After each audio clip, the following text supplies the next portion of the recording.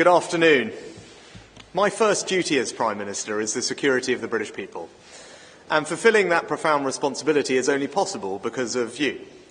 Just 10 days ago, I gave the order for the RAF to join an international effort intercepting a barrage of Iranian missiles headed towards Israel. Those pilots, like you, like every generation of British servicemen and women before you, were willing to put their own safety over the line for the security of others and the defence of our liberties and our values. From your regiment service in Iraq and Afghanistan to your current role here in Poland protecting NATO's eastern flank, you've made those sacrifices in the service of our country. I'm truly humbled by your courage and your professionalism. And on behalf of a proud and grateful nation, let me simply say thank you. But I haven't just brought you here together today to express my gratitude. I want to talk to you about how we equip you to do your duty in an increasingly dangerous world. We've entered a period in history in which competition between countries has sharpened profoundly. An axis of authoritarian states with different values to ours, like Russia, Iran, North Korea and China, are increasingly assertive. The danger they pose is not new. But what is new is that these countries, or their proxies, are causing more instability more quickly in more places at once. And they're increasingly acting together, making common cause in an attempt to reshape the world order. Now, I know there are some people who will think these are faraway problems, but they are not. They pose real risk to the United Kingdom's security and prosperity. Russia has already poisoned people on British soil with chemical weapons, caused energy bills to soar, weaponised migration, and sent technology to Iran in exchange for weapons, like the Shahid drones that I saw myself are wreaking such devastation in Ukraine. Iran themselves have threatened to kill and kidnap people within our borders for exercising their right to free speech, and use proxies, like the Houthis, to attack British ships in the Red Sea, disrupting supplies of crucial goods to our high streets. North Korea, too, is supplying munitions and artillery to Russia, and their hackers have targeted British businesses and the NHS. And Chinese state-affiliated actors have conducted malicious cyber campaigns against British MPs. China itself is engaged in a huge military modernisation programme. Potential flashpoints in the Indo-Pacific could have an impact on the global economy far larger even than COVID. And China is increasingly working with others to try and reshape the world, including their so-called unlimited partnership with Russia. So the new assertiveness of these authoritarian states far from our shores must concern us, because they are increasingly acting together against the fundamental values that we all hold dear of democracy, freedom and the rule of law. Now, we must not overstate the danger. We're not on the brink of war, and nor do we seek it. And people should feel reassured that the UK's armed forces are some of the most professional, well-trained, well-equipped and battle-ready in the world. And I'm incredibly proud of all that they've achieved, from patrolling the Arctic Circle as part of the Joint Expeditionary Force, to the campaign against Daesh in the deserts of Iraq and Syria, from protecting the freedom of navigation in the Red Sea, to policing the skies above Eastern Europe. And just look at the investments we've made in the last decade. £40 billion in the British Army, who proudly provide one of NATO's strategic reserves, with 16,000 troops deployed to Europe this year. The Royal Air Force, equipped with new Typhoons, Chinooks, F-35s, with the GCAP programme delivering new fighter jets with Japan and Italy. The Royal Navy is a carrier navy once again, with 22 new ships and submarines on the way, and the historic AUKUS partnership building the most advanced nuclear-powered subs the world has ever known. And we've launched a new national endeavour to invigorate and invest more in our nuclear deterrent. And all of this is combined with our outstanding diplomatic network, development expertise, law enforcement and intelligence agencies, and support for our allies. Above all, the £12 billion we've provided to Ukraine. So I'm proud of our record on defence and confident in our ability to deter our adversaries and ensure the security of the United Kingdom. But in a world that's the most dangerous it's been since the end of the Cold War, we cannot and must not be complacent. As Churchill said in 1934, to urge the preparation of defence is not to insert the imminence of war. On the contrary, if war was imminent, preparations for defence would be too late. I believe we must do more to defend our country, our interests and our values. So today I'm announcing the biggest strengthening of our national defence for a generation. We will increase defence spending to a new baseline of 2.5% of GDP by 2030. That starts today and rises steadily in each and every year. Over the next 6 years, we'll invest an additional £75 billion in our defence. And it will be fully funded with no increase in borrowing or debt. So this is not some vague aspiration for the future. We have a clear plan for what we'll spend, when we'll spend it, and how we pay for it. A plan that makes the United Kingdom by far the largest defence power in Europe and second largest in NATO. Today is a landmark moment in the defence of the United Kingdom. This is a generational investment in British security and British prosperity. It makes us safer at home and stronger abroad. Now, we will have 3 immediate priorities for this new investment. First, we will put the UK's own defence industry on a war footing. One of the central lessons of the war in Ukraine is that we need deeper stockpiles of munitions and for industry to be able to replenish them more quickly. So today we're giving £10 billion in munitions support to give industry long-term funding certainty, backed by long-term contracts, so that they can produce more, be readier to surge capacity and to move to always-on production when required. From surface-to-air missiles made in Bolton to anti-tank weapons in Belfast, we will replenish our stockpiles, all while supporting British jobs right across the Union. But it's not just about investing more, we must invest better. For too long, too much of our defence procurement has been over-complex, over-budget and over-time. So we are making radical reforms to our procurement model to make sure this new investment delivers value for money. And to encourage private sector investment into defence production, I can also announce today that we're going to put beyond doubt that defence investment does count towards environmental, social and governance assessments. There is nothing more ethical than defending our way of life from those who threaten it. Now, all of this will put us at the forefront of the global defence industry, allow us to hugely ramp up defence production and give our armed forces the capability they need to keep us safe. But, as in so many other areas of our lives, technology is changing the face of war.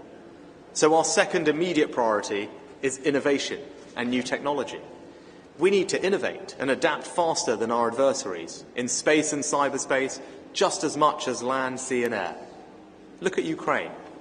Now, many aspects of the war would be familiar to a soldier from World War I or II, yet others would be unimaginably different, like the fact that cheap, high-tech autonomous drones could disable large parts of Russia's Black Sea fleet. Now, the good news is that innovation is already one of our greatest strengths. The UK's own Dragonfire laser directed energy weapon costs only £10 a shot, yet is accurate enough to hit a £1 coin from a kilometre away. And today we're going further. We'll increase our defence R&D at a minimum to 5% of the defence budget, invest far more in autonomous drones, and we will set up a new Defence Innovation Agency so that for the first time, decisions about defence innovation will be brought together in a single strategic agency that will be freed from red tape and work with the private sector on emerging new technologies. Now, third, we must support Ukraine for the long term.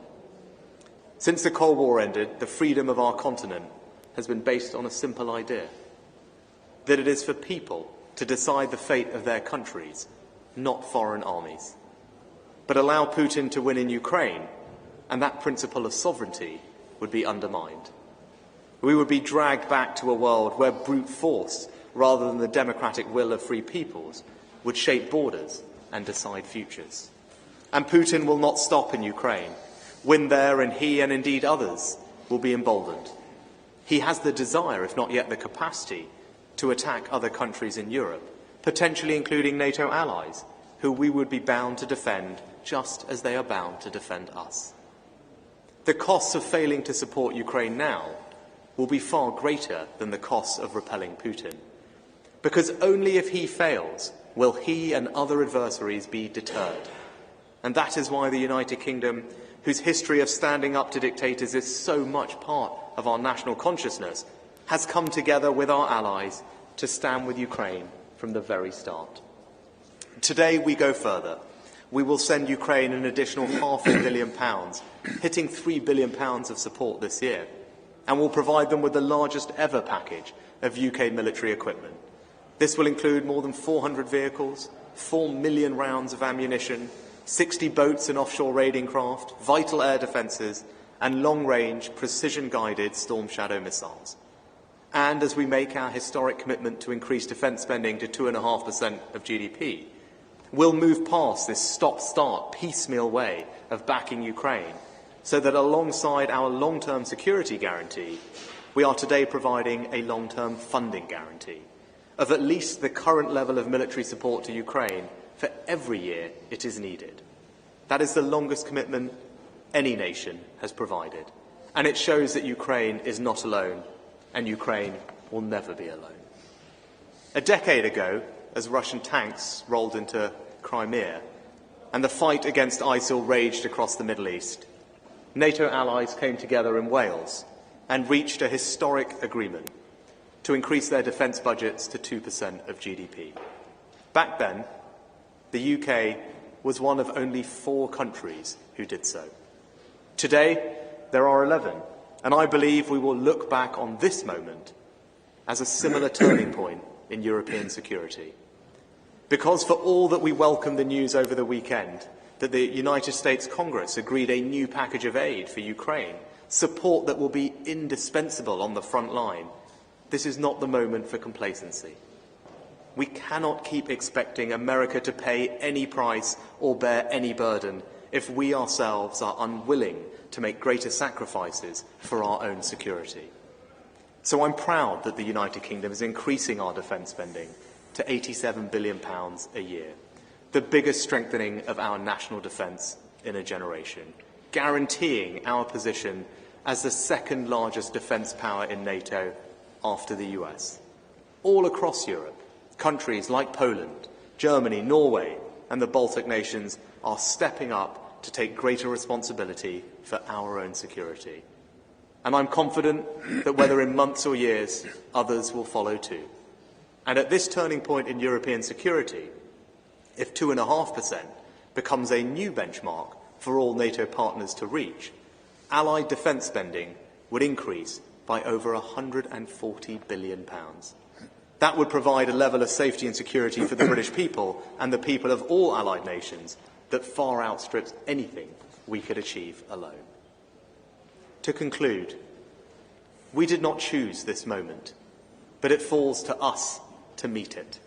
In a world of increasing threats, we must show our enemies that we are resolute and determined, that their attempts to destabilise our world or redraw its borders by force will fail, that with our friends and our allies we will be at the forefront of the defence of the free democratic world. And under my leadership, the United Kingdom will always stand up for our interests, deter our enemies, and defend our values. Now it's my enormous pleasure to introduce Jens Stoltenberg, the NATO Secretary-General. Jens, thank you for joining us today. Over to you. Thanks so much, Prime Minister Sunak, Rishi. It's great to be here in Poland together with you today. The United Kingdom is a highly valued and staunch and essential NATO ally, contributing greatly to our shared security in so many different ways. You lead NATO forces in Estonia. British jets help guard the skies over our eastern flank. The Royal Navy helps keep critical sea lanes open. The United Kingdom is also at the centre of the exercise Steadfast Defender, currently underway and involving more than 16,000 British military personnel. And we are today here in Poland with British troops, a physical embodiment of your commitment to NATO. So thank you to all of you. Prime Minister, your announcement today confirms the vital role the UK plays in our alliance. The United Kingdom will spend 2.5% of GDP on defence by 2030. Allies agreed at our summit in Vilnius last year that 2% is a minimum. And once again, the UK is leading by example. Just as you did in 2014, after the illegal annexation of Crimea, when you were one of the first allies to provide training and military support to Ukraine. And after the full-scale invasion in 2022, you stepped up significantly, training thousands of Ukrainian soldiers and providing billions of pounds of military assistance. And today, your announcement of additional support, including more ammunition, air defence and deep precision strike capabilities, shows once again the British people's commitment to Ukraine. I welcome your cast iron commitment to continue these levels of support to Ukraine for as long as needed. In NATO, we are now addressing how to put our support for Ukraine on a more robust and predictable footing, including with a multi-year financial commitment. So, Prime Minister, your commitment sets us on the right direction. I also welcome that other allies are taking action, not least Poland, which provides key capabilities to Ukraine and hosts 1 million Ukrainian refugees. Over the weekend, the US House of Representatives approved a major aid package for Ukraine. This will enable the US to provide substantial additional support to Ukraine quickly. And last Friday, NATO defence ministers agreed to further bolster Ukraine's air defences. Germany's delivery of another Patriot system is imminent, and other allies made concrete commitments in that NATO meeting, with deliveries expected soon. Faced with the biggest conflict on the European continent since the Second World War, our decisions today will have consequences for generations to come. We must not falter. We live in a more dangerous world. Authoritarian powers are increasingly aligned. Russia is receiving support for its war of aggression from China, Iran and North Korea. This reminds us that security is not regional, security is global, and we must work with our like-minded partners around the world to preserve and protect transatlantic security. NATO is a defensive alliance. We do not seek conflict with Russia, but we will keep our 1 billion people safe. The 10,000 NATO troops based here in Poland send an unmistakable message that NATO will protect and defend all allies. So, Prime Minister Sunak, thank you again for UK's vital contributions to NATO. Thank you. Jens, thank you very much. Can we take some questions from the media? If we start with ITV, please.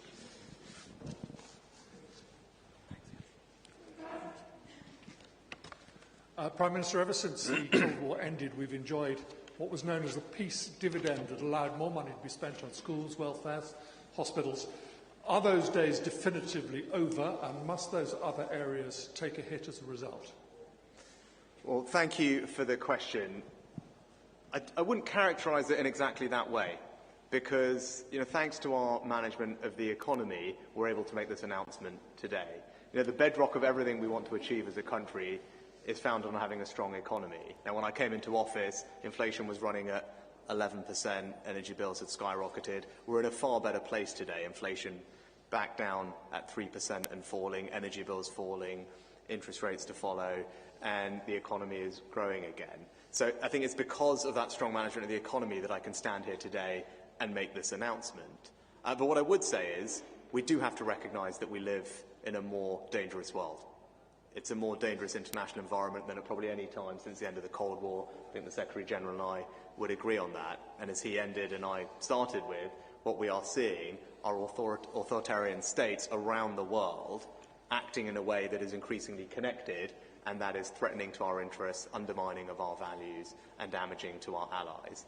And in that environment, the right thing for me to do, in fact my duty and obligation as a British Prime Minister, is to make sure that we are strengthening our national defence so I can keep our country safe. And that's what this announcement reflects.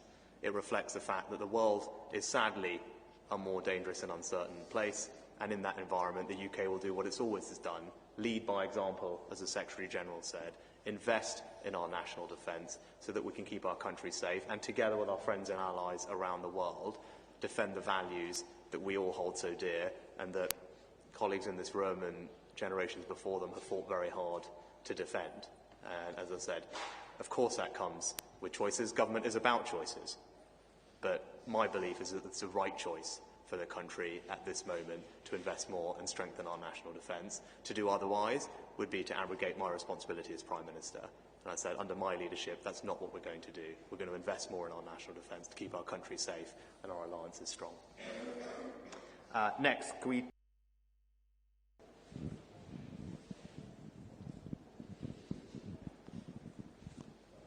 Thanks, PM. The sort of crisis in the Middle East has kind of taken the spotlight a little bit off Ukraine. You mentioned NATO's Article 5. Just to be clear, you're ready to take Britain to war if Russian troops set one boot in this country or any other NATO ally. Is that right? And Mr. Stoltenberg, can I ask you, you had a pretty bumpy time with Donald Trump last time round. What do you feel about working with him again? If I take the first one, Jason, look, our commitment to NATO is absolutely unequivocal, and as Jens will speak to, the UK has proudly contributed to every NATO mission, and Jens can talk to you about the importance of the UK and our armed forces to the overall NATO security umbrella, something we're proud to play our part in, and contributes massively to the UK's own security. It's a cornerstone of our own defence, is the fact that we have a nuclear deterrent and we're a member of the greatest defensive military alliance that the world has ever seen. But when it comes to you said, we're here and talking about the situation, I wanted to kind of make this announcement here and together with Jens, because you're right, yes, there has been a lot of focus on the Middle East, rightly, in the past few weeks and months, but we can't lose sight of the situation here in Europe, on our continent, with Russian aggression. And I think that's why it's important for us to be able to make this announcement here. And we spoke with Donald earlier, and I'll be seeing him later today. Security is indivisible, and our job is to stand with our allies. And if Putin is not deterred here, then that will cost us far more at home down the line, whether it's with him or whether it's other adversaries around the world who are watching. So the right thing to do is to invest now in our deterrence and make sure that he's not successful, because the cost of not doing that will be far greater to our own security and prosperity at home later on. Before I answer the question, let me just express my deepest condolences to the loved ones of the Spanish corporal who died here in Poland during NATO's Sabre Strike exercise. I express my condolences to the Spanish government. I'm in touch with the Spanish authorities, and we owe him and all NATO's men and women in uniform our eternal gratitude. Then to the question. A strong NATO is good for Europe, but a strong NATO is also good for the United States. And I expect that regardless of the outcome of the elections in the US later this year, the US will remain a staunch and loyal ally, at least for 3 reasons. It is in the security of the interest of the United States to have NATO and to have more than 30 friends and allies. That makes also the United States stronger and safer. The United States is a big ally. They represent 25% of the world's GDP. But together with all NATO allies together, we represent 50%, twice as much of the world's GDP. And together we represent 50% of the world's military might. So NATO is making the US safer and stronger. It is in the interest of the United States to keep NATO, and therefore I believe they will remain a staunch and loyal ally.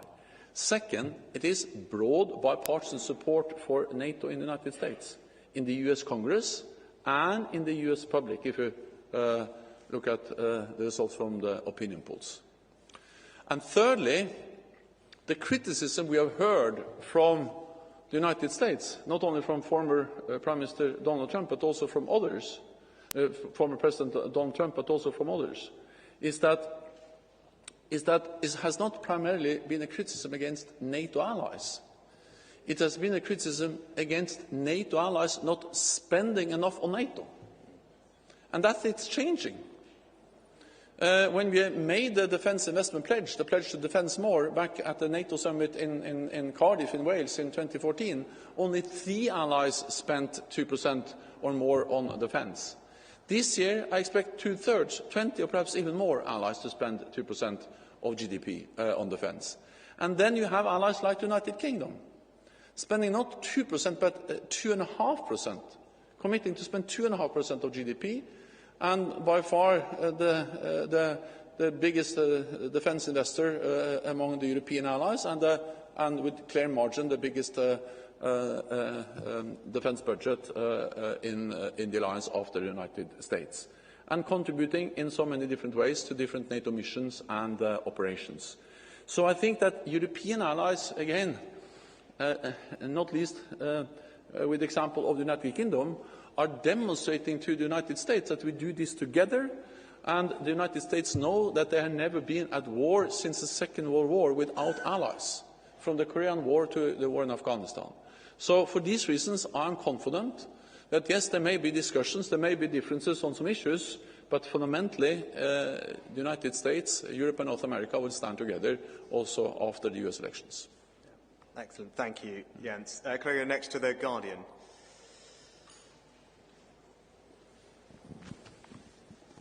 Thank you. Pippa Carrera from The Guardian. Prime Minister, if I could start off with if I could ask you a domestic question, if I may. Thousands of people who care for their loved ones have been hounded by the DWP for thousands of pounds, and in some cases even convicted. You may have read about the cases, after unwittingly breaching earnings rules by just a few pounds a week. Several former Secretaries of State, including Ian Duncan-Smith, have described it as a scandal. Do you agree with them? Is this yet another symptom of the broken care system? And would you set up an inquiry? And if I could ask a question to Mr Stoltenberg as well, please. You may have seen, but all the polls in the UK suggest that we may end up having a different government after the election. How reassured are you by this really important defence commitment given by Mr Sunak if he then ends up finding himself out of office later this year? And have you had discussions, because of that, taking the precautionary principle with the British opposition? Thank you. Pippa, if I might start. On the issue, I'm obviously not familiar with the individual cases, but there has been some reporting around carers' allowance and how it works. Now, it's been a long-standing principle in the way that carers' allowance works, which is not means-tested, but is subject to an earnings threshold, that people are asked to declare their earnings at the time that they're making those claims, and those are later verified. Now, without getting into the details of anyone's individual claim, that's been a long-standing practice where people, as I said, have to declare their earnings. Those are later checked where later on down the line by DWP, and if there's a discrepancy that impacts people's entitlement, then obviously they will seek to recover that and do that in a sensible, fair way, making sure that there's a repayment plan in place if people have not declared their earnings accurately in the first place. Everyone's individual case will be different, so it's hard for me to get into that. But I think it's reasonable that the welfare system is fair. Of course, we want a compassionate safety net, and I was talking about this last week. We want a welfare system that is there for people who genuinely need it. We also need to make sure it's fair to everyone who's paying into it, and that's why last week, I outlined a significant set of reforms to the welfare system overall to tackle what we're seeing, which is a significant increase in claims and bills, spending on ill health and disability benefits, as I said, forecast to be around £69 billion. I mean, that is an extraordinary amount of money. We're talking about defence spending here today. That's more than we're spending on things like schools, on policing, transport budget. So it gives you a sense of the scale. The PIP budget alone is forecast to increase 50% in the next 4 years unless we do something differently. And that's why the reforms that we've outlined last week will ensure that the welfare system remains compassionate, there for those who need it, but it's not exploited or gamed, and we can target resources on those who most need it, and crucially recognise that work is good for people. I'm someone who believes that hard work is how you grow and build a country. It gives you purpose in life, and that's why we should have a system that supports people into work, because that is largely in their interests. And look, with regard, I'll let Jens talk. I'm probably not right to draw Jens into domestic politics, actually, given that wouldn't be appropriate for him. But what I would say is that we're very clear that this is a choice that we've made, a choice that I've made. We talked a little bit about it earlier. But what I would say is that when the general election comes, there will be a choice on this topic. And Keir Starmer is someone who not once but twice asked the British people to make Jeremy Corbyn Prime Minister. Jeremy Corbyn wanted to leave NATO, get rid of our nuclear deterrent, and turn the army into the Peace Corps. Right? And currently, as we speak, multiple members of the Labour senior team voted against Trident, voted against our nuclear deterrent, including the shadow leader, the shadow foreign secretary. Right, so that's the choice at the next election. I think this is the most dangerous time since the end of the Cold War, and in order to keep people at home safe, support our allies and alliances around the world, I think the right thing to do is to increase our defence spending. I'm proud that our party, as Jens said, back in 2014 was one of a few countries to make sure we met the NATO 2% commitment. And that wasn't easy, because if you remember, back in 2010, the Conservatives inherited a country where Labour had bankrupted the public finances, and in spite of that, we decided to prioritise defence spending, because that was the right thing to do. That was the right thing to do then. The right thing to do today is increase it to 2.5%. That's what you get with us. We're consistent about this, and people know where we stand. I think that choice will be very clear come the election. Next, if we go to the Telegraph. Thank you, Prime Minister. You had some very strong words about the threat from China at the start of your speech, and you linked those directly to this extra money that you're putting into defence and protecting Britain. Is it now time, as a lot of your MPs want, to designate China officially as a threat, and will you put it on the enhanced tier list of countries? Mr Stoltenberg, you mentioned Patriot defence systems. At a meeting yesterday, European defence ministers fell short of signing off on sending those to Ukraine. Will you use this announcement by the UK to put pressure on those European countries who are still holding out on weapons supplies? Thank you. Yeah.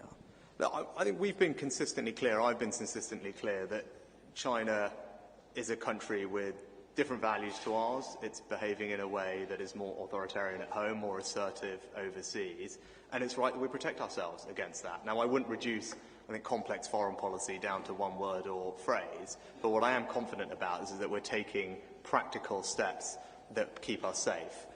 We passed the National Security Investment Act, for example, and we've used it to block Chinese investment in sensitive technology sectors like semiconductors, Newport wafer fab. We removed Chinese telecoms equipment from our network. We made sure that the Chinese state nuclear entity is not going to be part of our future nuclear plans, and we last year passed the National Security Act, which I won't get into on first designations, but as you know, gives us a range of tools and powers that we need to keep our country safe from state threats.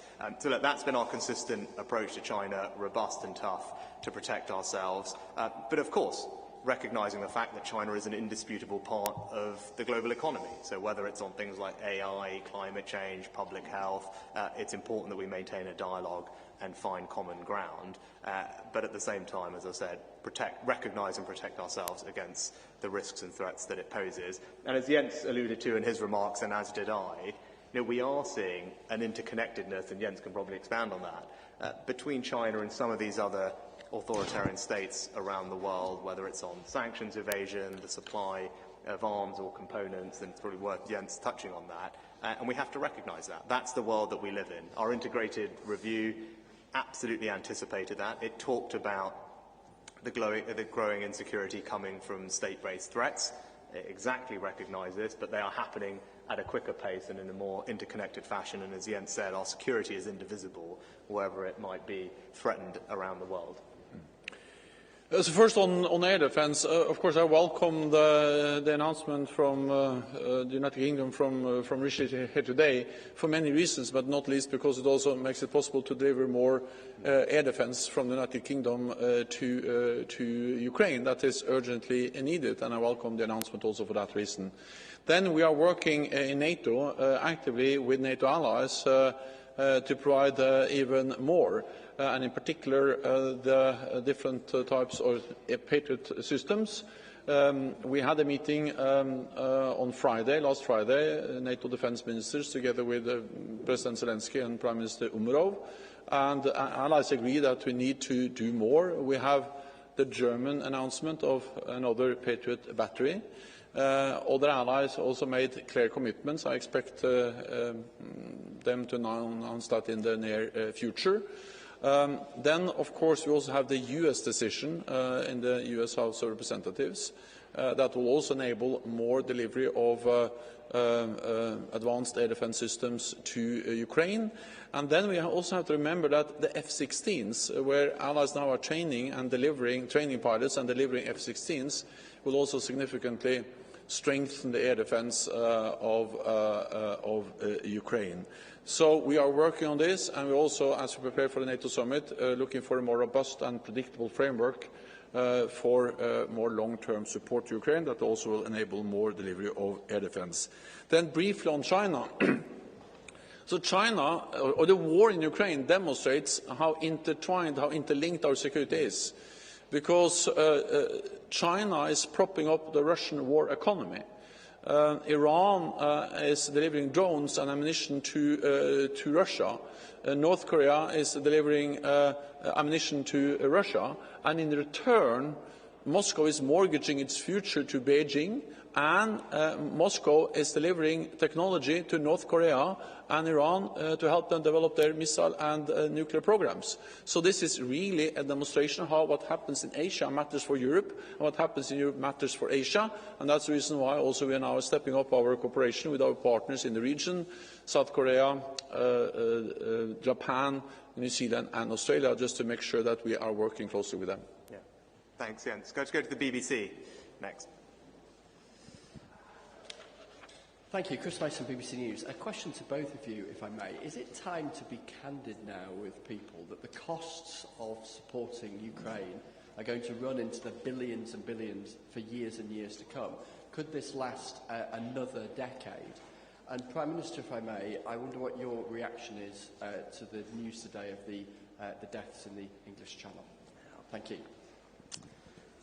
Well, Chris, as I touched on, unfortunately, we're living in a more dangerous time than at any point since the end of the Cold War.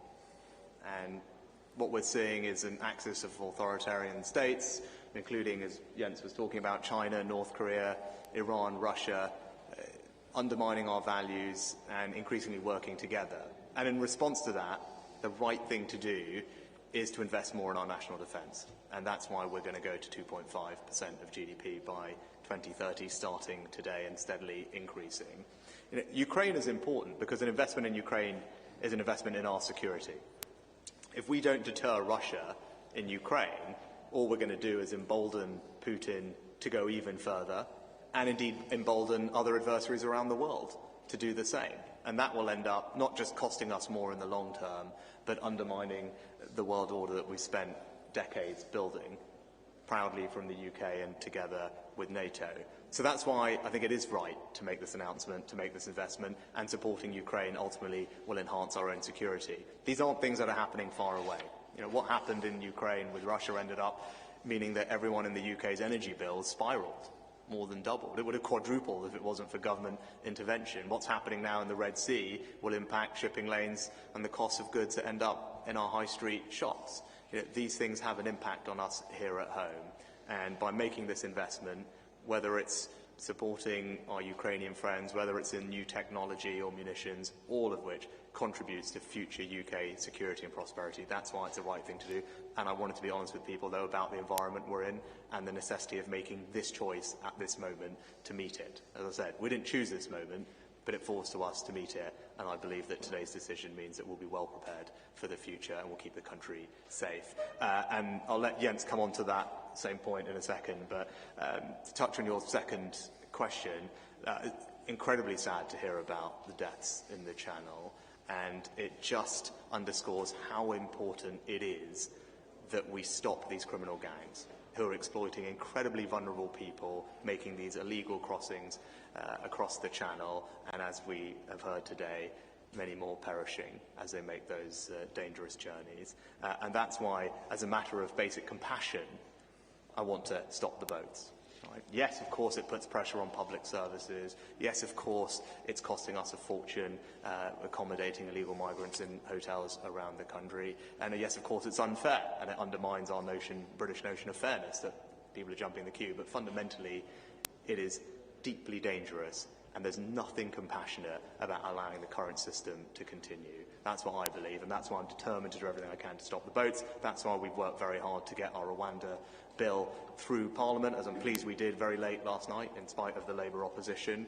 And once we get the deterrent up and running, this will help us stop the boats. People need to know that if they come to our country illegally, they won't be able to stay.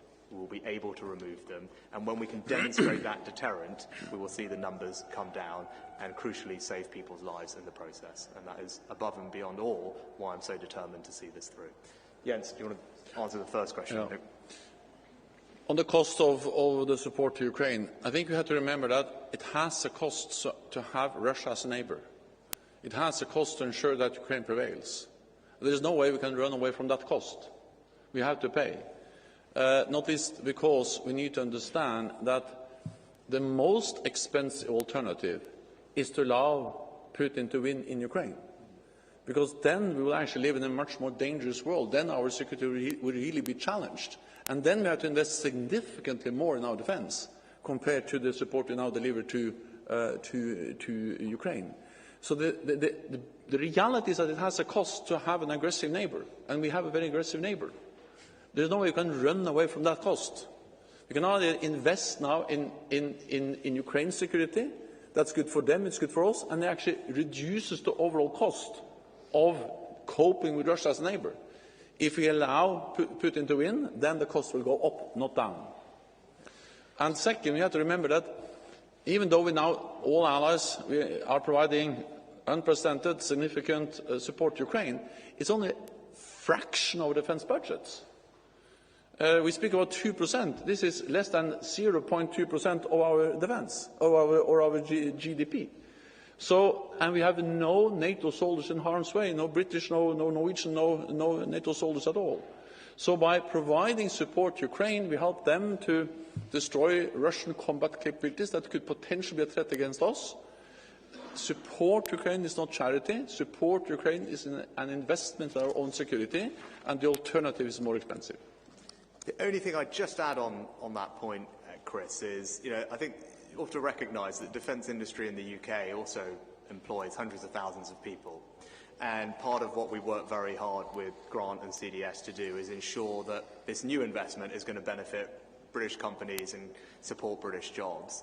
And the munitions strategy that Grant will be outlining, the long-term contracts that we'll put in place to increase supply of a whole range of munitions, artillery and equipment, benefit companies and jobs all around the UK. MDBA in Bolton, Talas in Belfast, just to give you a couple of examples.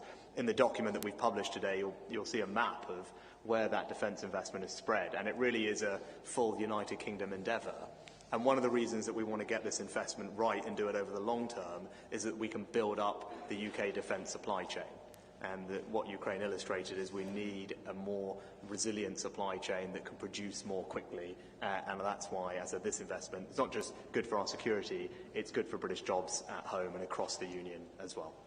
Can I turn next to Sky? Thank you, Prime Minister. Beth Rigby, Sky News. A question for you both, please. You talk about Europe being at a turning point and this spending put in the UK on a war footing. Have we entered a pre-war era? And you also talk about an axis of authoritarian states working together. We have long known of their hostility. Has something changed suddenly that is particularly concerning you? Thank you. No, Beth, thanks for both of those questions. I think, look, people will call this different words, and I quoted Churchill earlier. I think we have to recognise that the world, as I said, is in a more dangerous place than it's been since the end of the Cold War. Now, this is not something new. As our integrated review in 2021 and the refresh anticipated this. It talked exactly about the increasing competition from state-based threats and identified all these things. But as I said in my statement, what is new is, I think, the pace and intensity of where we're seeing these threats emerge. And actually, I commend to everyone CDS's excellent Chatham House speech, which talked about this as well.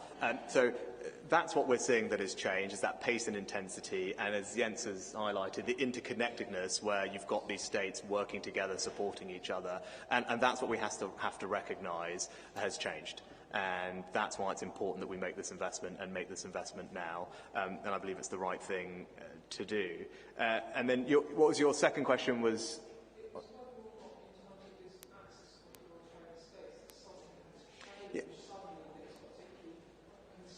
Yeah, I think that is the main thing. But the one thing I also would just point out, because we've been talking a lot about it, is that we should approach this question from a position of strength and confidence. Right, and I think Ukraine is a good example of that. If you think back a couple of years, I think Jens will probably echo this as well. This special operation that Russia undertook was meant to be over in a matter of weeks. Right? Ukraine was meant to be subjugated, and everyone was meant to go home. And if you take a step back, I think Putin has absolutely failed in all of his big strategic objectives. And you can see that in lots of different ways, but half the land that Russia initially took has been recaptured by the Ukrainians. Incredible bravery. If you look at what's happening to Russian armoured vehicles, they've had literally thousands and thousands that have been lost, which will take them years to recover that capability. If you look at what's happening in the Black Sea most recently, actually this is a country that didn't have a functioning navy properly, which has essentially taken out 25% of vessels in the Black Sea, and now is exporting more grain through the Black Sea than it did through the Black Sea Grain Initiative, and pretty much back to pre-war levels. And more strategically, as Jens can speak to, allies are united, defence spending is growing across Europe, and NATO has 2 new members. Right, so if you take a step back, Russia has not in any way succeeded, and actually on any one of these measures, it's been a huge strategic failure for Russia. I mean, if you talk, there's a lot about the geography and the territorial gains, places like Bakhmut, Avdiivka, but just to put it in context, right, those 2 places that, yes, Russia has made some progress in geographically, to give you a sense of scale, one of them is about the size of Basildon, and one of them is about the size of Eastbourne. Right? So that is the sum total of the Russian gains over the past, Tony, probably almost 9 months of fighting, and that has come at a cost of tens of thousands of injuries or Russian soldiers who have lost their lives. Right? So I just, yes, are there more threats? There are. We should approach this situation from a position of strength and confidence, because we have been making the right investments. NATO is strong. Our alliance is strong. People are doing the right thing. And so, on any of those objectives, Russia has not succeeded. But we can't be complacent, and that's why the announcement today, and Jens, I'm sure you have anything else to add. Just briefly on this issue of whether we live in a pre-war period. Well, we live in a more dangerous world, and we see that Russia is willing to use military force against a neighbour, Ukraine, to achieve their goals. At the same time, I think we need to remember that NATO is there with one core purpose, and that is to prevent war, preserve peace. That's why NATO is established. That's why we exist. And NATO has successfully been able to prevent any armed attack against any NATO ally for 75 years. Even during the coldest and most difficult period of the Cold War, we preserved peace. And our aim is to continue to do so. And I'm absolutely confident that we will be able to do that as long as we stand together, North America and Europe. And we have allies like the United Kingdom, which is now investing more and taking this seriously. So that also applies for those authoritarian powers, which are now coming more and more closely aligned.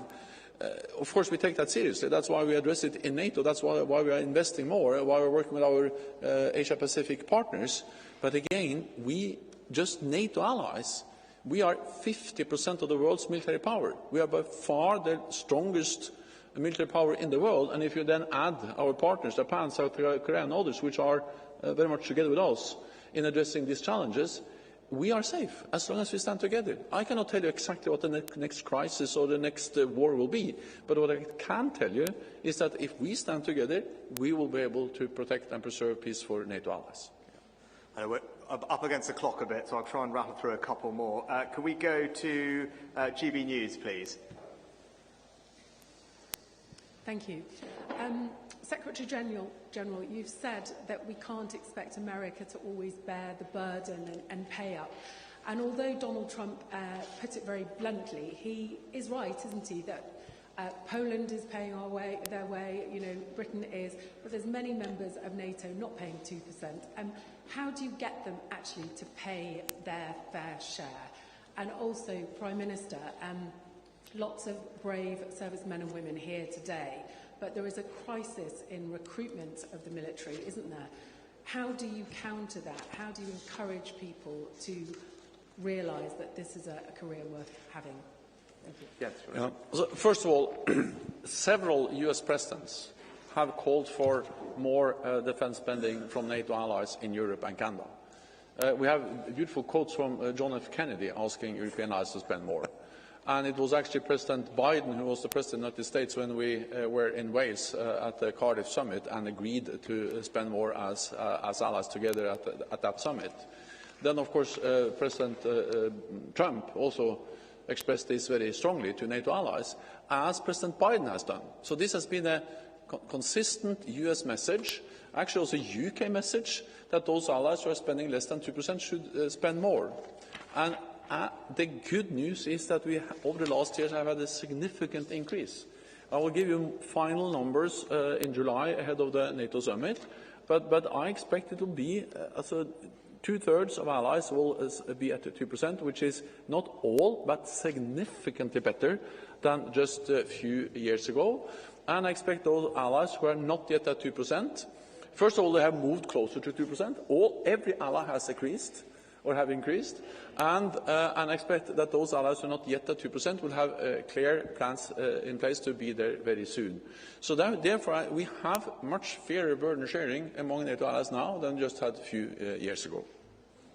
Perfect. Thanks, Jens. And the UK is doing our part, as the Secretary General said, leading by example. And I think it's right that we demonstrate to our American friends that we are prepared to make those sacrifices and invest in our own security. And as we did in 2014, the UK has again stepped up, led by example, to help galvanise others to do the same and ensure continued American support for our security as well. I'm very privileged.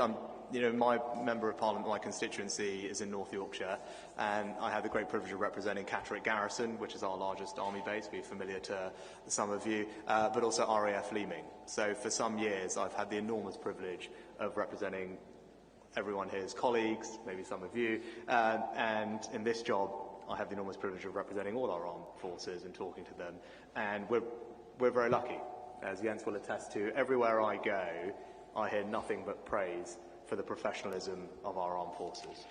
They are the people that everyone wants to work with. They're incredibly grateful and excited when they're on joint exercises with all of you. That's something that I'm sure Jens will attest to with all our NATO partners.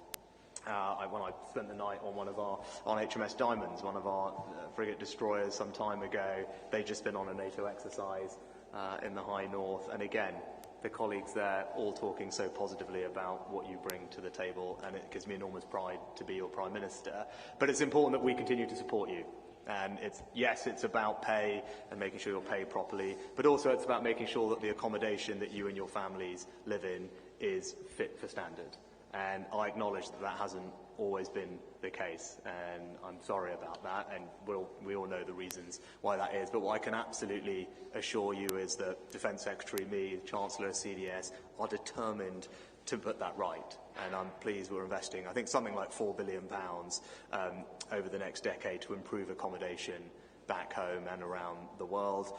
I think we're currently at about 97% of accommodation that meets the standard that we would expect, but of course we need to get to 100%, and that's what we're doing. And we're making sure that you get all the other support you need during your careers to, retain staff. We had the Haythorne-Waite review, which we're in the process of responding to, which have lots of practical suggestions for us. But what I am pleased about is, I think in January, the last set of numbers that we've had the highest number of applications to join the Army that we've had in about 6 or 7 years. So hopefully the things that we are doing are right. We need to make sure we give you all the support you need, because we're very lucky to have your service. Just the other week I was hosting an event for veterans, and it's really important to me as Prime Minister that the UK is the best country in the world to be a veteran. So it's not just supporting you while you're in service, it's supporting you when you leave as well. And one of the points I was making at that event is you're an enormous asset. Often when we talk about Veterans Affairs, we talk about the support that veterans need, whether it's with mental health, physical health, housing. And Johnny Mercer, the Veterans Minister, and I were there actually announcing a new programme on employment and making companies realise that the best business decision that they could make is to hire one of you when you leave the armed forces, because you bring an incredible amount of skills, of resilience, of experience to bear, and we need to make sure that that national asset is recognised by all our companies, and that we can support you into fantastic careers if you choose to leave the forces at some point as well. So, I care about this very personally. I said I've seen it firsthand, being an MP for many years in a military area. It's an enormous privilege to be your Prime Minister, and I'm determined to make sure you guys get all the support that you need from us. Right, very briefly, and then we better wrap up. Can I go to the Sun quickly, and then Daria as well?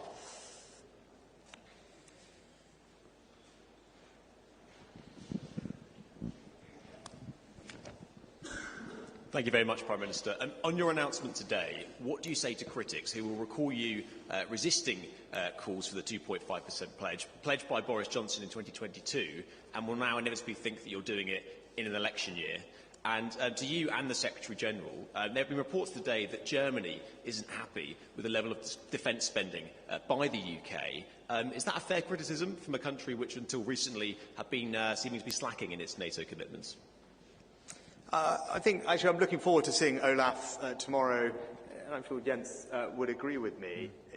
Germany and the UK are the two largest defence spenders in Europe, and are the two countries which have been at the forefront of providing support to Ukraine, and I'm confident that that will continue, and we're actually in the process of strengthening our defence and security cooperation with the Germans, and I'm looking forward to having good conversations on that tomorrow. And there's also good collaboration between our defence industrial bases as well, which again I'll be speaking a little bit about tomorrow. So I think actually that cooperation has been very strong, and I pay tribute to Chancellor Scholz, to Olaf, for the Zeitenwende, which is a significant increase in investment in security, a big change in German policy. I think he deserves enormous praise for the leadership he's shown on that issue, and as I said, I think we have a very good, positive relationship. And look, with regard to my approach to these things, you talked about 2021 and all that. I was a Chancellor who oversaw the largest increase in the defence budget since the end of the Cold War, £24 billion.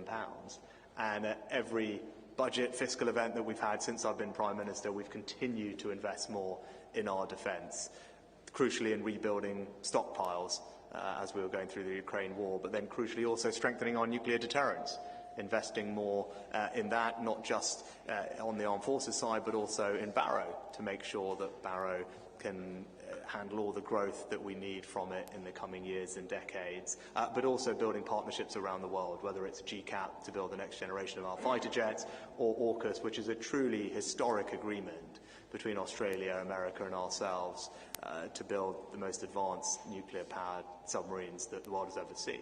So look, that's my record on those things. And when it comes to Ukraine, as Jens will attest to, because he and I have worked together for the last year and a half, I have been at the forefront of making those decisions to get Ukraine more support. And that whether that's being the first country to do main battle tanks, the first country to say that we would train aircraft pilots, and crucially the first country to provide long-range weapons, Storm Shadow, which have been an enormous success in Ukraine. Again, it was me and it was the UK that made those decisions ahead of everyone else, working closely with Jens, and we've done that for the last year and a half. So this is something that I've always taken incredibly seriously, but this is the right moment to make this announcement for the reasons that I've outlined. Just to briefly add to that, the United Kingdom has been leading by example, both when it comes to defence spending within the alliance and when it comes to providing support to Ukraine. I welcome, of course, the significant announcement today of spending 2.5% of GDP on defence. That will make a difference. It will demonstrate the United Kingdom's leading role in the alliance, and would add to the many capabilities you are already providing to our shared security, to our collective defence. And then I, of course, also welcome the fact that Germany has now also started to really step up and are spending, or Germany is spending 2% of GDP on defence this year. In totality, that makes a huge difference because, as Richie said, the UK is the biggest European defence spender, and then Germany the second largest. So together, this is really big money that matters for the alliance. And then on Ukraine. First on main battle tanks, first on deep precision strike, and actually first on training Ukrainian soldiers, and first on training pilots. So this is a huge difference, and that's the reason also why the UK really is a staunch and highly valued NATO ally. Perfect. And lastly, if we just go to the Polish media, Daria El-Shahabi.